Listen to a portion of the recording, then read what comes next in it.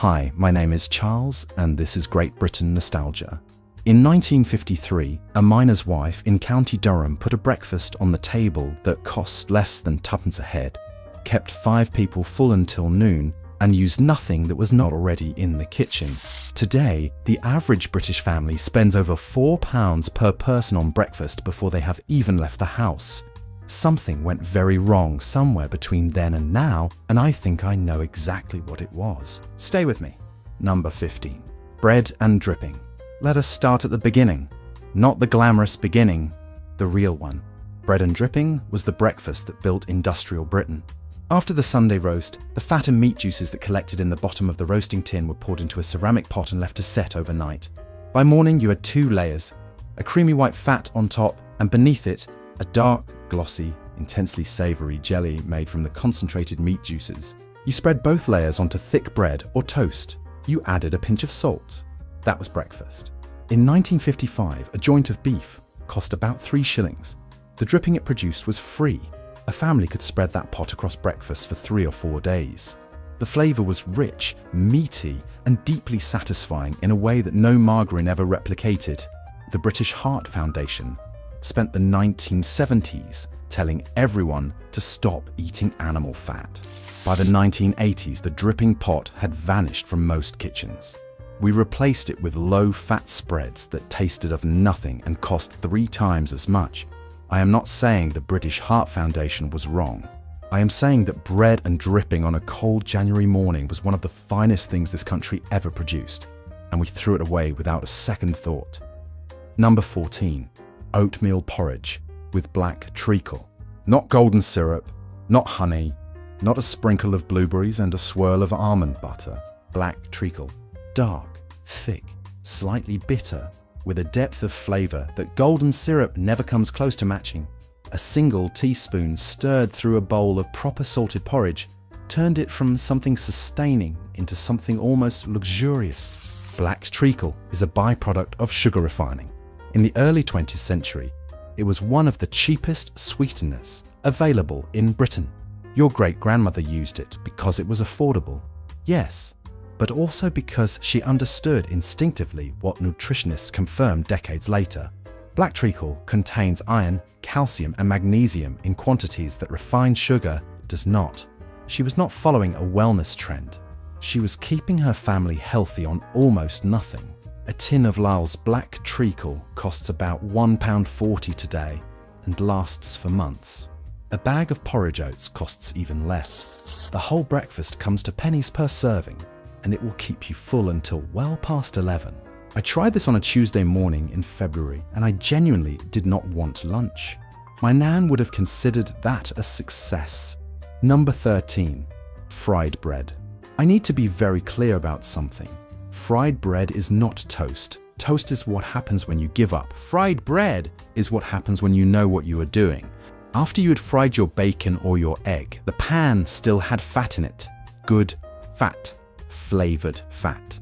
You did not drain that fat away. You laid a thick slice of white bread flat in the pan and let it absorb everything that was there. 30 seconds on each side over medium heat. The outside went golden and slightly crisp. The inside stayed soft and saturated with every bit of flavour the bacon had left behind. In 1960, a loaf of white bread cost about 10 pence. The fat was already in the pan. Fried bread cost almost nothing and tasted like it cost considerably more. The reason nobody makes it now is not health concerns, though those are real enough. It is because nobody fries bacon in a pan anymore. Everyone grills it or microwaves it, which saves some fat, but loses all the joy. And without the fat in the pan, the whole logic of fried bread disappears. Fry your bacon in a pan this weekend, then fry some bread in what is left. Then tell me toast is better. I will wait. One here is something worth sitting with for a moment.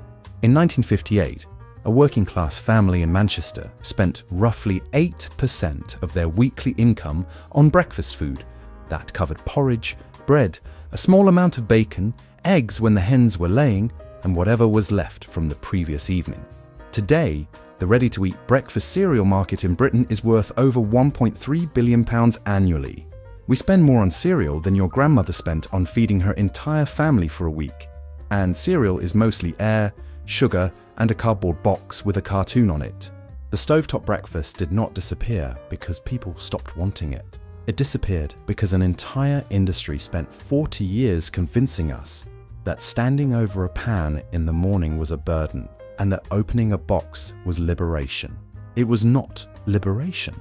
It was a very profitable exchange, and we were on the wrong end of it. Number 12. Deviled kidneys on toast. I know, stay with me. Deviled kidneys were a Victorian breakfast staple that remained on British tables well into the 1960s, particularly in households where nothing edible was ever wasted. Lamb kidneys, halved and trimmed, fried quickly in butter with mustard, Worcestershire sauce, a pinch of cayenne, and a splash of whatever was open. Served on thick toast, the whole dish took 8 minutes.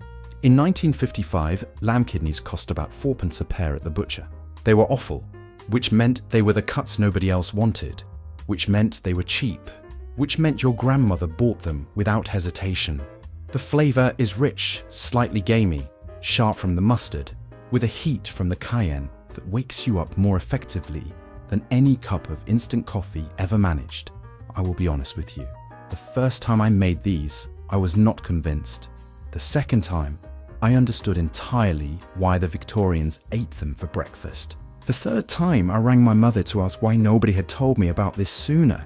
She said, and I quote, "We tried to tell you, Charles. You never listened." Number 11. Kedgeree. We touched on kedgeree in a previous video, and the comments did not stop for a week, so here it is again, properly this time, because it deserves its place on this list without apology. Kedgeree came to Britain from India via the British colonial kitchens of the 19th century, and it landed on the British breakfast table and refused to leave until sometime in the 1980s, when we collectively decided that rice before noon was somehow unusual. Smoked haddock poached in milk until it flakes, boiled rice, hard-boiled egg chopped roughly, a knob of butter, curry powder, just a quarter teaspoon, enough to colour it golden and give it warmth without heat. Everything combined in one pot. In 1955, smoked haddock cost about 1 shilling a pound at the fishmonger. A small piece, perhaps 3 ounces, was enough for one generous serving. It is a complete meal. Protein, carbohydrate, fat, and warmth. Eaten at 7 in the morning on a grey November Tuesday, kedgeree is the reason people in this country ever got out of bed before sunrise and went to work without complaining. Number 10. Bloater paste on toast. The same jar your grandmother spread on sandwiches at lunchtime sat on the breakfast table too, and nobody thought anything of it. Bloater paste, made from smoked and cured herring, was spread thin on hot buttered toast and eaten as a quick breakfast by fishermen, factory workers, and anyone who needed something savoury in their mouth before the morning shift started. A jar cost about 12p in the 1960s and lived in the pantry indefinitely, which was part of its appeal. The taste is intensely savoury, smoky, faintly fishy in the best possible way, and concentrated enough that a thin scrape over a piece of toast delivers more flavour than most full breakfasts manage. It is not subtle, it announces itself. If you have never had it, imagine Marmite that went to fishing school. That is roughly the territory. Shiphams have been making paste since 1750. In the 1970s, they were selling millions of jars a year across Britain. Today, you can still find them on the bottom shelf of certain supermarkets, usually dusty, usually overlooked, usually exactly what you wanted. Number 9. Stewed prunes with bread. I am going to say something that sounds unkind and then explain why it is actually a profound compliment. Stewed prunes were not glamorous. They were not even particularly appetizing to look at. A bowl of dark, wrinkled fruit in sweet, slightly sticky liquid, sitting next to a piece of buttered bread. That was breakfast in hundreds of thousands of British homes every single morning, from the 1920s through to the 1960s, and district nurses across Britain recommended it. Not as a joke, not as a last resort, as genuinely good nutritional advice for elderly patients, for anyone with a sluggish digestion, for anyone who needed sustained energy from something that cost almost nothing. Dried prunes cost about 4p a pound in 1955. You soak them overnight in cold water, simmered them for 20 minutes in the morning with a strip of lemon peel and a teaspoon of sugar, and they were done. The liquid they produced was sweet and rich and tasted far more expensive than it had any right to. The bread soaked up that liquid, and the combination of slow-release carbohydrate from the bread and natural sugar from the fruit kept people going through the kind of morning that would finish most of us off by 9:30. Let me tell you what replaced all of this. In 1972, Kellogg's spent more on advertising in Britain than any other food company. They were not advertising food. They were advertising a feeling. The feeling that a bright kitchen, a smiling family, and a bowl of cereal with cold milk was the modern way to start the day. Efficient, clean, no pans to wash, no fat in the air, no smell of kippers drifting through the house. What they did not tell you was that most commercial breakfast cereals contained more sugar per serving than a chocolate biscuit, that the processing removed most of the nutritional value from the grain, and that a bowl of cornflakes with semi-skimmed milk would leave a grown adult hungry again by 10 o'clock, at which point they would need to buy a snack, which was, of course, also made by Kellogg's. Your grandmother's breakfast kept her family full until lunchtime for pennies. The modern breakfast industry keeps you coming back every 2 hours and charges you for the privilege. I am not saying your nan was always right about everything, but on this particular point, she had them absolutely beaten. Number 8. Eggy bread. The French call it pain perdu, lost bread. They serve it in restaurants with powdered sugar and crème fraîche and charge €9 for it. In Barnsley in 1963, they called it eggy bread. They made it from yesterday's loaf, and they served it with a rasher of bacon and a mug of tea before the school run. Beat one egg with a splash of milk and a pinch of salt. Dip thick slices of slightly stale bread into the mixture, letting them soak for 30 seconds each side. Fry in butter over medium heat until golden on both sides. Done. The stale bread works better than fresh because it absorbs the egg mixture without falling apart, which is exactly the same principle behind your grandmother salting aubergines or making toast from day-old bread. She understood how ingredients behaved, and she used that understanding rather than fighting it. A single egg cost about 2p in 1960. An egg and a slice of bread made a breakfast that tasted like something from a cafe and cost almost nothing. Eaten with a scrape of jam or a rasher of bacon, eggy bread was one of the finest things you could make from almost nothing, and it still is. Number 7. Kippers with mustard butter. The kipper, smoked herring, split open, cured, and requiring nothing more than 10 minutes under a medium grill to become one of the greatest things that has ever appeared on a British breakfast table.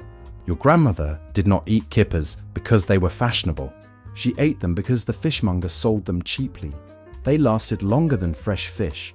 They required no skill to cook, and the flavor they produced was so far beyond their price that it seemed almost unfair to the other ingredients. The mustard butter was the refinement that turned a good breakfast into a memorable one. Soft butter mixed with a teaspoon of English mustard, a squeeze of lemon, and a pinch of black pepper formed into a small pat and placed on top of the hot kipper as it came off the grill. The butter melted over the fish and combined with the smokiness and the mustard heat into something that genuinely made you sit down and pay attention. In 1955, a pair of kippers cost about 6p at the fishmonger. Today, they cost roughly £1.50 for a pair. Still extraordinary value for what you get. Still one of the cheapest sources of omega oils, protein and vitamins B12 and D available in any British shop. The reason nobody eats them anymore is the smell. They fill the kitchen with a powerful, smoky, fishy aroma that lingers for hours. Your grandmother did not consider this a problem. She considered it breakfast announcing itself. I tend to agree. Number 6. Broth breakfast. This one will surprise people who were not raised in the north of England, and it will not surprise at all those who were.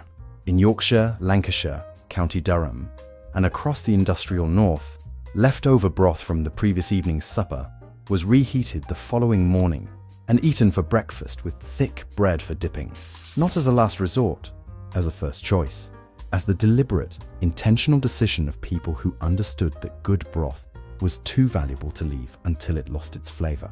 The broth might have been from a ham bone, from a chicken carcass, from beef shin or mutton neck. Whatever it was, it had simmered for hours the previous day, and by morning it had set slightly in the pot, thick with natural gelatin, and reheating it produced something so deeply savory and warming that it felt more like a meal than most breakfasts twice its size. Bread torn and dunked into hot broth on a cold morning before a shift at the mill or the pit was not a poverty meal. It was intelligent fuel. It was also, as any retired miner in Doncaster will tell you, a considerably better start to the day than a bowl of bran flakes with skimmed milk. The habit faded as the industries that demanded that kind of fuel faded. When the mills closed and the pits closed, the broth breakfast went with them. Number 5. Gruel with butter.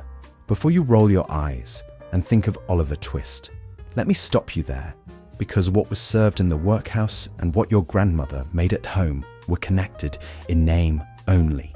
Proper gruel is oats cooked in a higher ratio of water than porridge, producing something thinner, silkier, and almost broth-like in consistency. Properly salted, finished with a generous knob of butter that melted across the surface. It was a gentle, warming breakfast that asked nothing of a tired stomach first thing in the morning. Older people particularly favoured it. Those with poor teeth who struggled with the chewiness of thick porridge, those with sensitive digestions, those who simply could not face a heavy meal at 6 in the morning, but knew they needed something before the cold got into their bones. A quarter pound of oats cost about 2p in 1955. One portion of gruel cost less than a farthing. The butter was the extravagance, and even that was a small scraping from the weekly ration. We abandoned gruel because of its workhouse associations and because nobody wanted to be seen eating something from a Dickens novel. We replaced it with meal replacement shakes that cost £3.50 a sachet and taste of vanilla-flavoured optimism. I genuinely think we made the wrong choice. Here is the part that nobody talks about. The recipes on this list were not just food. They were knowledge. Practical, specific, hard-won knowledge about how ingredients behaved, how to extract flavour from almost nothing, how to keep a family fed on the kind of budget that would make a modern meal kit subscription company close its browser tab in shame. That knowledge was passed down in kitchens, not written in books, not filmed for YouTube, passed hand to hand, mother to daughter, standing at the stove at 6 in the morning while the rest of the house was still asleep. When convenience food arrived and the stove went cold, the transmission stopped. Not because the knowledge was lost exactly, because there was no longer a kitchen context in which to pass it on. The women who carried it in their hands and in their muscle memory aged and passed on. And the kitchens they left behind got microwaves and meal delivery apps and boxes of cereal lined up like a breakfast product catalogue. The knowledge is still there, just waiting. Which is, if I am being honest with you, the entire reason I make these videos. Right, back to it. Number 4. Mushrooms on dripping toast, hedgerows and field edges across Britain for free. And anyone who knew where to look could gather enough for breakfast in 20 minutes without spending a penny. Your grandmother knew where to look. Large, flat field mushrooms, far more flavourful than the cultivated button mushrooms that supermarkets sell today, were fried in a spoonful of beef, dripping in a heavy pan over medium heat with a pinch of salt and a crack of black pepper. The dripping gave them a savoury depth that butter approached but never quite matched. They went onto thick toast that had been spread with the remaining dripping from the pot. The combination of the dark, rich mushroom juices soaking into the dripping toast was something that cost, in the 1950s, virtually nothing. The mushrooms were free, the dripping was free, the bread was bread. Today, a portion of field mushrooms on toast at a London brunch cafe will cost you around £8.50 and will arrive with microgreens and a smear of something described as whipped ricotta. Your grandmother would have found this baffling. She had the original at no cost whatsoever, and it tasted better. She always did. Number 3. Oxtail broth with a boiled egg. There are breakfasts that tide you over until mid-morning, and then there is this. Oxtail broth made from slowly simmered oxtail joints, strained clear and seasoned with salt and a bay leaf, was sometimes kept on the back of the stove and used across 2 or 3 mornings, reheated in a cup or a bowl, eaten with a hard-boiled egg on the side and bread to dip. It was the breakfast that kept dockers, miners, and factory workers going from 6 in the morning until noon without a single snack in between. The gelatin released from the oxtail bones during the long simmer gave the broth a body and a richness that stock cubes have never managed to reproduce. It coated the inside of the mouth and the throat in a way that felt physically warming, not just in temperature, but in substance. Calories you could feel. In 1956, oxtail cost about 9p a pound. It was a cheap cut because it was awkward and slow to cook, which meant anyone with time and a stove could afford it. A single oxtail made enough broth for a family across 3 or 4 mornings, with the meat picked from the bones and added back in for supper on the second evening. This was not breakfast as a category separate from the rest of cooking. This was breakfast as an extension of the whole system, where nothing stopped working until it had given everything it had. Number 2. Laffer bread with bacon. Wales's greatest contribution to the British breakfast table, and almost certainly the most unfairly overlooked dish in the entire British culinary tradition. Laver bread is not bread, it is cooked seaweed. Specifically, it is laver, a dark purple seaweed gathered from the rocky coastline of South Wales, boiled for hours until it collapses into a dark, intensely savoury paste that smells of the sea and tastes like nothing else on earth. You take that paste, coat portions of it in fine oatmeal, and fry them in bacon fat alongside your bacon rashers until the outside is crisp and the inside is soft and deeply mineral. The combination of the smoky bacon and the seaweed, brought together by the oatmeal coating and the bacon fat, is one of the genuinely great flavour pairings in the British food tradition. In the South Wales valleys, in 1958, laver bread was sold fresh from market stalls for a few pence a portion. It was working class food, miners' food, food that people ate because it was local and cheap and available, not because anyone had told them it was fashionable. It is still eaten in Cardiff, still sold in certain markets in Swansea, still made the old way by people who grew up with it on the table. Almost everywhere else in Britain, it has been completely forgotten. This is a mistake of historic proportions. Go and find some laver bread, make it with bacon, then come back and explain to me why avocado toast costs £7. Number 1. Porridge water bread, toasted. This is the most frugal breakfast in the entire British tradition, and it is also, when you understand what it is, a small act of genius. When your grandmother made porridge in the morning, she did not use fresh water every time. Some mornings, she used the water left from boiling potatoes the previous evening. The potato starch in that water fed the yeast in her bread dough, producing a loaf with a softer crumb, a better rise, and a subtle sweetness that plain water could not provide. When that bread was a day old, it was sliced and toasted.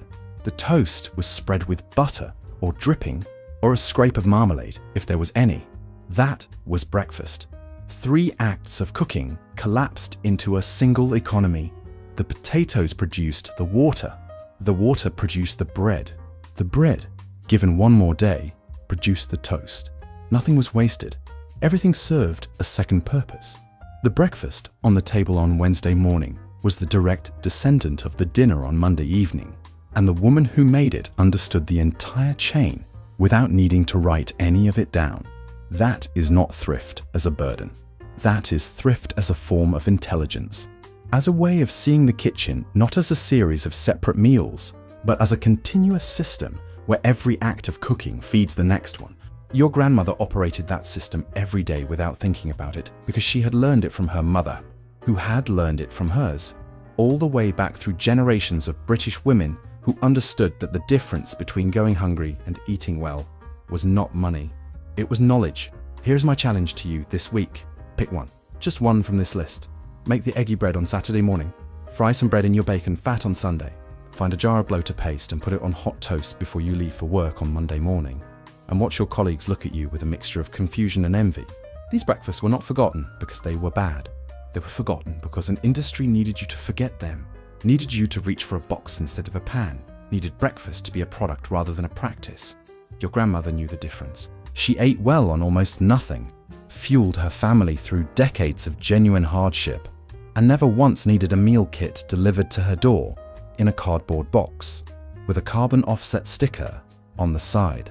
If you want to see more of this, subscribe to Great Britain Nostalgia, leave a comment telling me which one you're going to try first, and share this with someone whose nan would have known every single dish on this list without blinking. She would also, I suspect, have had several strong opinions about avocado toast, but that is a video for another day.